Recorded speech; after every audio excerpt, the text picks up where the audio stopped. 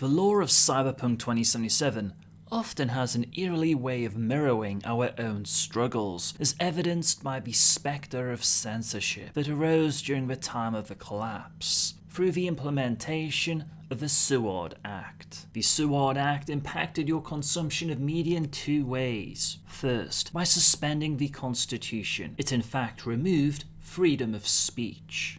More than removing freedom of speech, it removed the pretense of freedom from the media. No longer could they get away with some of the excesses that they have been used to for so long. Cross the line, and you, your editor and publisher, could find yourself in prison without a trial for as long as the government deemed necessary. Independent content creators would be deplatformed and silenced without recourse. Some industries involved in adult content were closed by conservative military police. Any sources a journalist might quote in an article were no longer protected. This had a few consequences of its own, mostly a drying up of sources of investigative journalists, resulting in further chaos. But the martial laws did not affect only the shady clickbaiting media, but it also impacted upon the functioning of more legitimate media. While they knew that all information given to them by the government in the past had not always been the truth, now they no longer had the power and the protection to dig for what they thought was the truth, and furthermore they could not expose government propaganda, street rat lies, or socially progressive views such as identity politics. Which leads us to the second factor of the SWORD Act: media censorship. This was felt on a more global scale than the freedom of speech issue. Since the government gave itself permission to censor, the populace no longer had full access to international news or other media. This had the effect of isolating the United States from the rest of the world. Nothing went into the US or came out of it without the consent of the government. Books, games, music, movies, CorpTube videos were not exempt.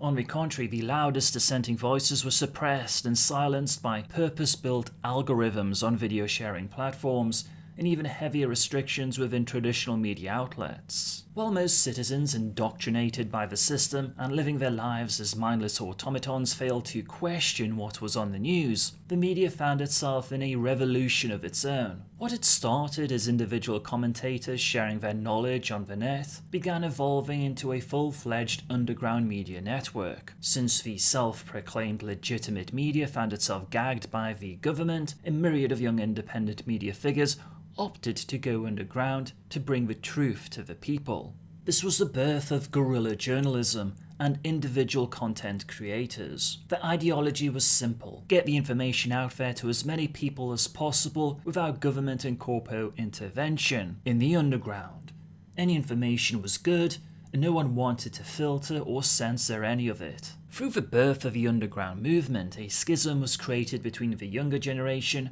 and what they perceived as the establishment. While the media moguls cooperated fully with the government and corporations, the underground went deeper and deeper. Anyone watching or listening to any of the news, videos, or other media content from either side had to be very careful in what they believed or could trust. Both sides became full with a myriad of lies, clickbait, propaganda, and hit pieces from either US government or other agencies. Consumption of media became a risky affair for those lacking in critical thinking, but as usual, the ignorant sycophants simply believed what they saw at face value. The underground fanned the flames of rebellion and violence, while the corporate media fed the ignorant elements of society more propaganda so that they would support the government in any actions they wanted to take. It was the time of clickbait and extremism. Even benign topics such as gaming news became a battleground between those who upheld candor versus deceptive street rats seeking ad revenue.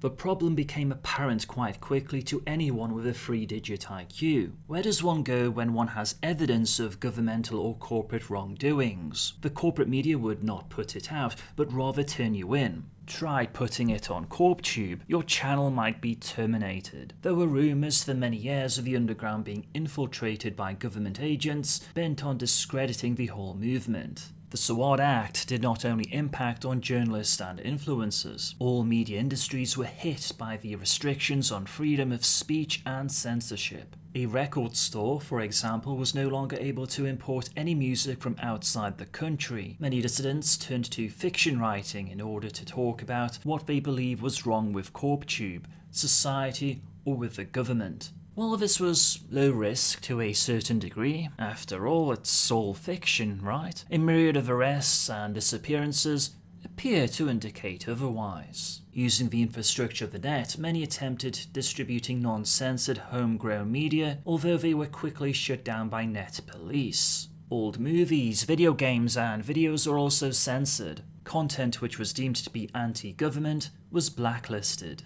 Eventually, the SWAT Act would be repealed in 2020, but this has done little to impact upon the modus operandi of the corporate media and the independent creators of Night City. While the reactivation of the Constitution means that the government cannot censor information legally, the status quo remains largely unchallenged.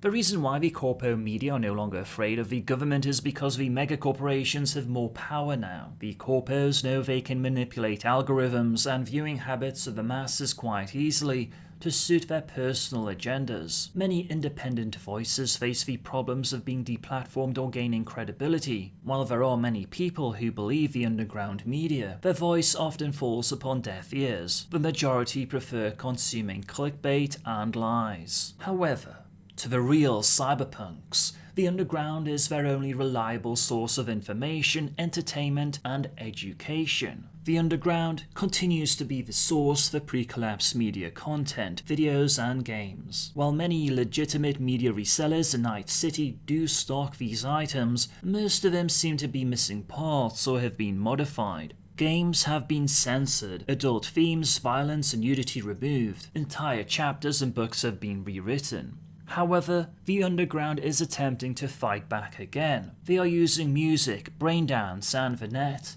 to fight the authority. Some suspect that there are agents of the underground working for legitimate media corporations, trying to subvert some of their products by hiding subliminal messages in anything they can. The media corporations of Cyberpunk 2077 are as ruthless as their non-media counterparts, and will do anything for views and ad revenue, while insidious censorship continues to pervade almost all elements of life in Night City. Thank you for chipping in.